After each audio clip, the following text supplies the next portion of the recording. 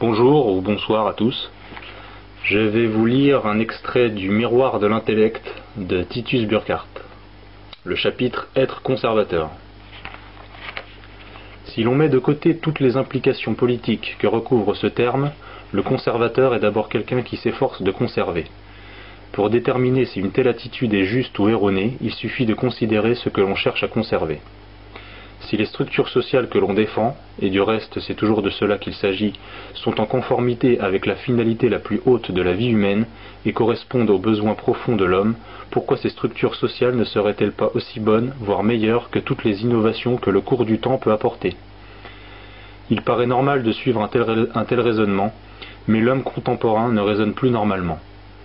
Même lorsqu'il ne méprise pas systématiquement le passé et qu'il ne place pas toute son espérance dans le seul progrès technique pour améliorer le sort de l'humanité, il a généralement un préjugé contre toute attitude conservatrice.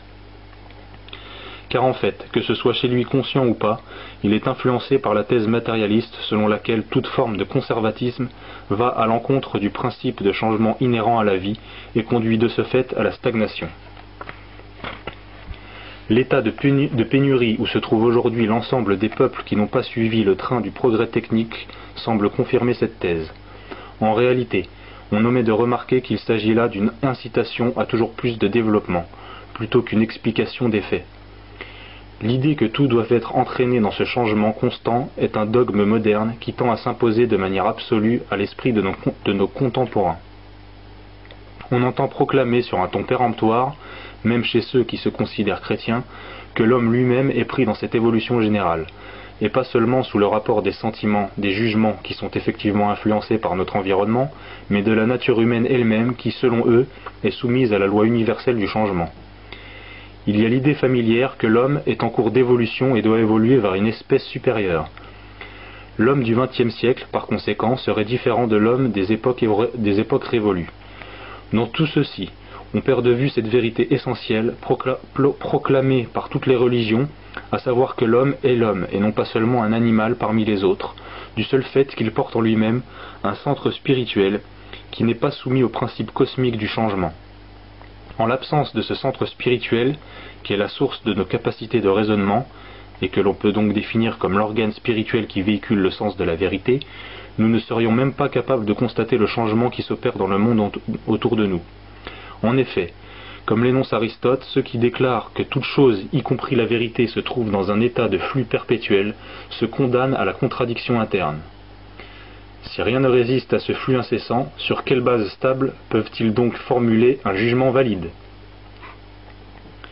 Ici, il faut sans doute rappeler que le centre spirituel de l'être humain est bien plus que la seule psyché, laquelle est soumise aux instincts et aux impressions de toutes sortes, et qu'il est aussi bien supérieur à la pensée rationnelle. Il y a dans l'être humain quelque chose qui le relie à l'éternel, et qui se trouve précisément au point où, ouvrez les guillemets, la lumière qui illumine tout homme venant au monde, Jean 1, 9, se réfléchit au plan de nos facultés psychiques et physiques. Si ce noyau, immuable au cœur de l'homme, ne saurait être perçu directement, pas plus que l'on ne peut saisir le point sans dimension au centre d'un cercle, on sait néanmoins par quelle voie s'en approcher. Pareil aux rayons qui convergent vers le centre d'une roue, ces voies d'accès constituent la base immuable de toutes les traditions spirituelles. Prises comme règle normative pour l'action et pour les structures sociales qui sont conçues en fonction du centre spirituel de l'homme, elles constituent également la base de toute attitude conservatrice authentique. Tant il est vrai que le désir de conserver certaines structures sociales n'a de sens que si ces dernières reposent sur le centre immuable de la condition humaine. Cette condition, du reste, détermine également leur capacité de se maintenir à travers le temps. Dans une culture qui, depuis sa fondation même, et en vertu de ses origines sacrées, est orientée vers ce centre spirituel et par là même vers l'ordre éternel, la question de la valeur ou de la justification de l'attitude conservatrice ne se pose même pas. Il n'existe d'ailleurs pas de mot pour définir ce concept tant il est évident.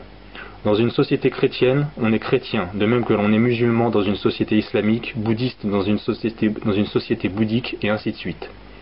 Faute de quoi on ne saurait appartenir à ces sociétés respectives, ni prendre part à leur fonctionnement. On ne pourrait que s'en tenir à l'écart, ou bien leur être opposé de façon secrète et dissimulée. De telles cultures vivent en fonction d'une énergie spirituelle qui appose son sceau sur toutes les formes depuis les plus hautes jusqu'aux plus minimes. C'est ainsi que ces cultures sont véritablement fécondes et créatives. En même temps, ces cultures ont besoin de forces de conservation, sans quoi leur organisation aurait tôt fait de se dissoudre. Il suffit du reste que ce type de société traditionnelle soit plus ou moins cohérent et homogène pour que la foi, la fidélité au sacré et une attitude conservante ou conservatrice se reflètent les unes dans les autres comme une série de cercles concentriques. L'attitude dite conservatrice ne devient problématique qu'à partir du moment où l'ordre social n'est plus déterminé par l'ordre éternel des choses, comme c'est le cas dans l'Europe des temps modernes. La question qui se pose alors est de savoir quels fragments ou vestiges de l'ordre traditionnel qui jadis englobait tous les domaines méritent d'être préservés en priorité pour tel ou tel domaine de la vie collective. Dans chaque phase historique d'une société, et ces phases se succèdent maintenant à un rythme de plus en plus rapide, les prototypes originels se retrouvent à un degré ou à un autre. Même si l'ordre primordial est détruit, il en reste tout de même certains éléments qui conservent une relative efficacité.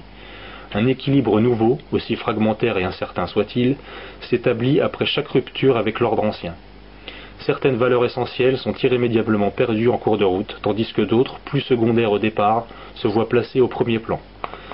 Si l'on veut éviter que même ces dernières ne se perdent à leur tour, mieux vaut conserver l'équilibre existant plutôt que de tout remettre en cause, dans une tentative hasardeuse d'opérer un renouvellement total. Dès que le choix se présente concrètement dans l'histoire, le mot conservateur fait son apparition. En Europe, il fit fortune pour la première fois à l'époque des guerres napoléoniennes. Ce terme est définitivement marqué par le dilemme qu'il véhicule intrinsèquement. Le conservateur est toujours soupçonné de vouloir préserver seulement ses propres privilèges au sein de la société, aussi modeste soit-il. Dans ces conditions, la question de savoir si oui ou non ce que l'on cherche à conserver vaut la peine de l'être se trouve faussée à la base. Et pourtant, pourquoi serait-il exclu que les avantages privés de tel ou tel groupe ne coïncident avec la justice? Et pourquoi certaines hiérarchies et obligations sociales ne pourraient-elles être source de bonne intelligence parmi les individus? La manière dont raisonnent nos contemporains prouve bien que l'intelligence profonde a fort peu de chances de se développer en l'absence d'un milieu favorable sous ce rapport. Seuls de très rares individus, en général ceux qui dans leur jeunesse ont pu connaître des souvenirs de l'ordre ancien ou ceux qui ont eu l'occasion d'entrer en contact avec une culture encore traditionnelle en Orient, sont à même d'imaginer le bonheur et la paix intérieure que peut conférer un ordre social hiérarchisé selon les vocations naturelles et les fonctions spirituelles. Encore faut-il ajouter qu'il procure ses bienfaits non pas seulement à l'élite dominante, mais aussi aux classes laborieuses. Ceci dit, il n'est point de société humaine, aussi juste soit-elle globalement, qui ne comporte des maux relatifs. Toutefois, il est un moyen sûr et aisé de déterminer si tel ordre social offre oui ou non le bonheur à la majorité de ses membres. Que l'on considère les objets d'art et tous les produits artisanaux qui n'ont pas seulement une vocation utilitaire, mais témoignent d'une certaine joie créatrice. Une culture dans laquelle les arts sont le privilège exclusif d'une classe particulièrement éduquée, de telle sorte que l'on n'y trouve plus d'art populaire ou de langage artistique qui puisse être compris par tous, cette culture est une faillite complète sous ce rapport. Le succès extrinsèque d'une profession se mesure aux bénéfices qu'elle garantit, mais son succès intrinsèque réside dans sa capacité à rappeler à l'homme sa vraie nature voulue par Dieu. À cet égard, succès extrinsèque et intrinsèque ne coïncident pas toujours. Labourer la terre, prier qu'il pleuve pour qu'il pleuve, créer des objets utiles et des formes intelligibles à partir des matières premières qu'offre la nature, compenser l'indigence de certains avec le surplus de richesse de certains autres, régner tout en étant prêt à sacrifier sa vie pour ceux sur qui l'on règne, enseigner par amour pour la vérité. Voici quelques-unes de ces occupations traditionnelles qui portent en elles-mêmes leur propre récompense. On peut à bon droit se demander si le progrès les a promus ou rabaissés. Nombreux de nos jours sont ceux qui pensent que l'homme accomplit sa véritable destinée dans le travail aux commandes d'une machine. Non, sa destinée véritable et intégrale, l'homme l'accomplit lorsqu'il prie et invoque la bénédiction divine, lorsqu'il commande et combat, sème et récolte, sert et obéit. Voilà ce qui sied à la nature de l'homme. Lorsque l'urbanisation qui tend à caractériser la vie moderne exige que le prêtre se dépouille des insignes extérieurs de sa fonction et se mette à imiter autant qu'il est possible le mode de vie des laïcs, nous avons là une preuve que cette mentalité citadine a perdu de vue la véritable nature de l'homme. En effet, percevoir l'homme dans le prêtre équivaut à reconnaître que la nature humaine, en son fond, se révèle infiniment mieux dans la dignité sacerdotale que dans la condition de l'homme ordinaire. Toute culture théocentrique reconnaît une hiérarchie plus ou moins explicite de classe ou caste sociale. Cela ne veut pas dire qu'une telle culture voit l'homme comme un fragment isolé qui ne trouverait à s'épanouir que dans le cadre d'une communauté.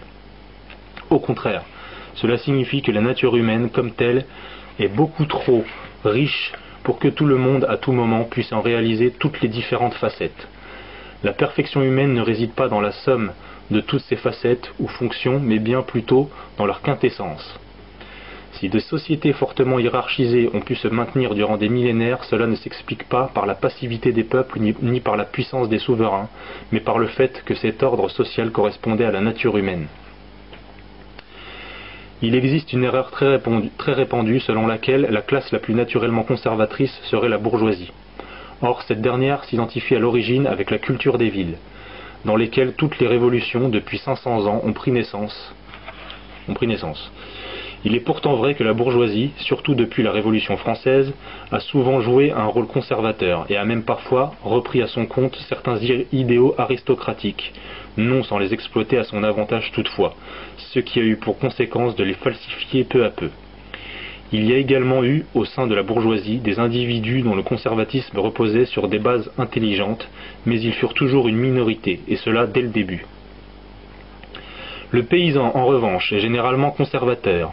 Il l'est, si l'on peut dire, par expérience, car il sait, mais combien le savent-ils encore, que la vie de la nature dépend du renouvellement constant d'innombrables forces solidaires les unes des autres, et qui doivent se maintenir en équilibre. Et l'on ne saurait toucher à une seule composante de cet équilibre sans entraîner l'effondrement de tout l'ensemble. Il suffit de dévier le cours d'une rivière pour modifier la flore d'une région entière ou pour éliminer une espèce animale, ce qui entraînera immédiatement la prolifération catastrophique d'une autre espèce. Le paysan ne croit pas que l'on puisse faire à volonté la pluie et le beau temps. Il ne faudrait pas conclure de tout cela que le point de vue conservateur est lié avant tout au sédentarisme et à l'attachement à une terre. Il est prouvé que personne au monde n'est plus conservateur que les nomades.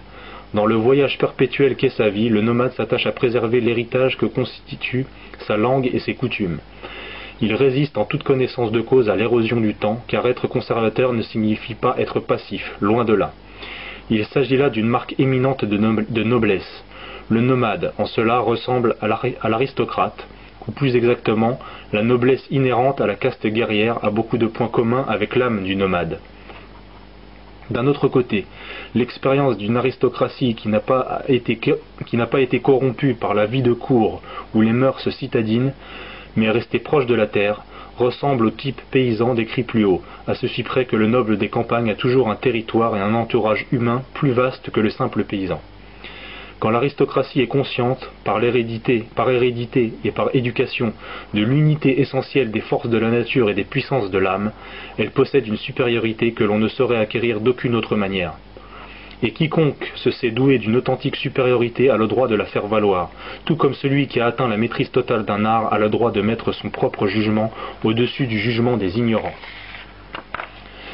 Il doit être bien clair, toutefois, que la position prédominante de l'aristocratie est liée à deux conditions, l'une naturelle, l'autre éthique. La condition naturelle est que, au sein d'une même tribu ou famille, on peut en règle générale s'attendre à la transmission héréditaire de certains dons et certaines qualités. La condition éthique est résumée par le dicton « noblesse oblige ». Plus le rang social et les privilèges qui lui correspondent sont élevés, plus grands seront les devoirs et les responsabilités. Inversement, plus le rang est bas, plus le pouvoir est réduit et plus les devoirs sont limités. Au plus bas de l'échelle se trouvent les personnes tout à fait passives, qui n'ont guère de responsabilité éthique. Si les choses dans ce domaine ne sont pas toujours ce qu'elles devraient être, il ne faut pas en chercher la cause principale dans l'hérédité naturelle, car cette dernière fonctionne assez bien pour garantir indéfiniment l'homogénéité d'une caste. Il faut plutôt chercher la source de cette imperfection dans la transgression du principe moral mentionné plus haut et qui exige un juste équilibre des droits et des devoirs. Aucun système social ne saurait empêcher les abus de pouvoir. Un tel système, s'il existait, ne serait pas humain, puisque l'homme n'est homme que s'il répond en même temps, et de sa propre volition, à une vocation naturelle et à une vocation spirituelle. L'abus d'une autorité héréditaire, par conséquent, ne prouve rien contre la validité du principe de l'aristocratie. En revanche, la vocation éthique de cette dernière est prouvée entièrement par l'exemple du petit nombre de ceux qui, lorsqu'ils furent dépouillés de leurs privilèges ancestraux, n'ont pas renoncé pour autant à la responsabilité morale dont ils avaient hérité. Nombreux sont les pays où l'aristocratie a perdu le pouvoir à cause de son autoritarisme, mais la noblesse a été évincée, non pas tant du fait de son autoritarisme envers les classes inférieures, qu'à cause de ses manquements tyranniques à la loi supérieure de la religion, sa seule base morale de légitimité, et seule capable de tempérer par la miséricorde l'autorité des puissants de ce monde. Depuis l'effondrement non seulement de la hiérarchie sociale, mais aussi de presque toutes les structures traditionnelles, les gens qui ont conservé en toute lucidité une mentalité conservatrice n'ont plus rien à quoi se raccrocher. Ils se trouvent isolés dans un monde complètement asservi qui se targue de liberté et qui se targue d'être riche et divers alors que son uniformité écrase tout. On ne cesse de clamer que l'humanité est sur la voie d'un progrès continuel, que l'être humain, après avoir évolué pendant des millions d'années, a désormais entamé une mutation décisive, qui doit le conduire à sa victoire finale sur les conditions matérielles de la vie. Le conservateur lucide et intelligent est seul dans une foule en délire. Il reste seul éveillé au milieu d'un peuple de somnambules qui prennent leurs rêves pour la réalité.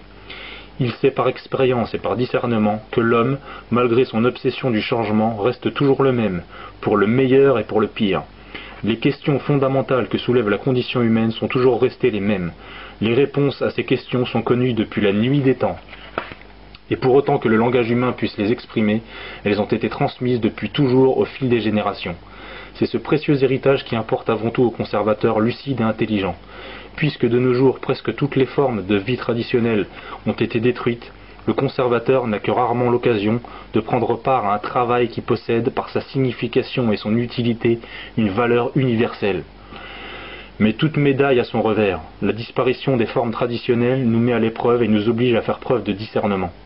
Quant à la confusion qui règne autour de nous dans le monde, elle nous impose de laisser de côté tous les accidents pour nous tourner résolument vers l'essentiel.